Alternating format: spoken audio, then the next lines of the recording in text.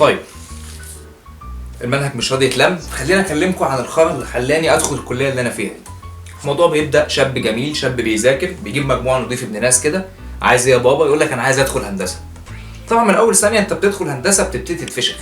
الموضوع بيبدا تقريبا وانت داخل الجامعه بتكتب اقرار كده بتمضي عليه ان انت هتبقى عبد للجامعه دي لمده 5 سنين، الا لو انت بتدبلر طبعا المتعه بتزيد. فالحل الامثل عشان تخلص من الموضوع ده تحاول كده في الخفيف تخلص في اقل وقت تقدر عليه. انت بتبتدي تدخل الجامعه، تبتدي تقابل اشكال غريبه جدا. قاعد داخل عادي محاضرتك، تبتدي تحط كراستك، عايز تكتب اي حاجه، بس طبعا عشان البيئه قاعد في اخر بنش انت مش شايف اي حاجه، فبتبتدي تشبه بقى هي دي اس ولا 5، دي تي لا شكلها تاو، ده ليميت ولا لين. فطبعا انت بتكتبش حاجه في النص بتاعتك، يعني محدش بيكتب حاجه غلط، ده ما يرضيش اي حد. بعد كده المشكله بيبقى السمستر بيجري وانت قاعد مبسوط والحياه حلوه. بعد كده بتيجي فتره الامتحانات، الحاجه الوحيده امتحانات مين اللي بيحطها؟ الدكاتره اللي بيحطوها. لو في حاجه وحيده الدكاتره كلهم بيتفقوا عليها هي حاجه واحده، انهم بيفشخوا في الامتحانات. امتحانك عادي جدا، اهم حاجه تبقى وحش في امتحانك، اعصابك هاديه.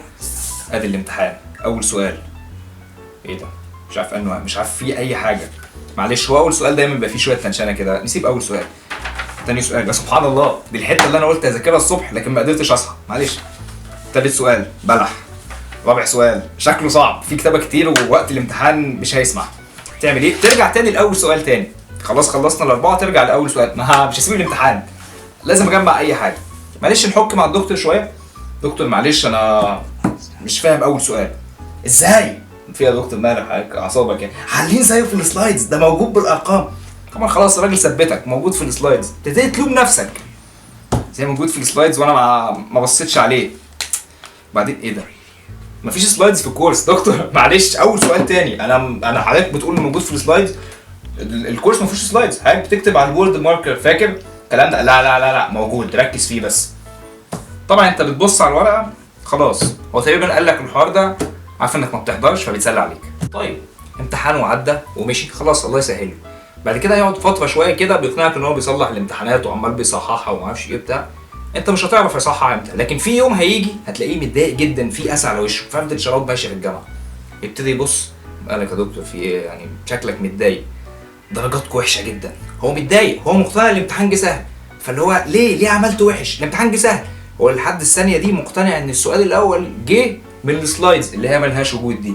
تاني حاجه هيقولها لك هي جمله اثريه جدا ومن من عمدان هندسه، حاجه معروفه جدا. هي ايه؟ هيبص لك بابتسامه ظريفه كده وجميله، تقول له مثلا السؤال جه صعب، يقول لك انت مش مهندس ولا ايه؟ مش انا اعمل ايه؟ يعني اعمل ايه؟ انت مش مهندس؟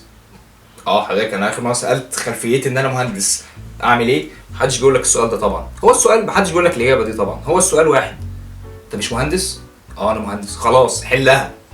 امتحان عادي داخل ببص على السؤال مفيش جيفنز في السؤال، فلا دكتور معلش مفيش جيفنز في السؤال.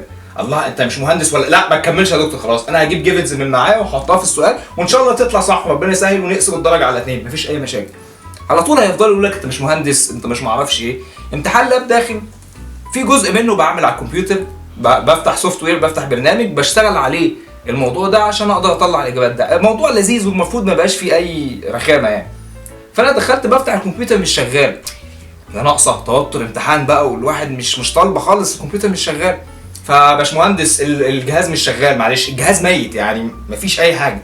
داخل عليا بالاكشن ضحك مش فاهم، قابل خليل كوميدي في اللعبه عنده، داخل مبسوط قوي، عضلات وشه بتشتكي من كتر الضحك.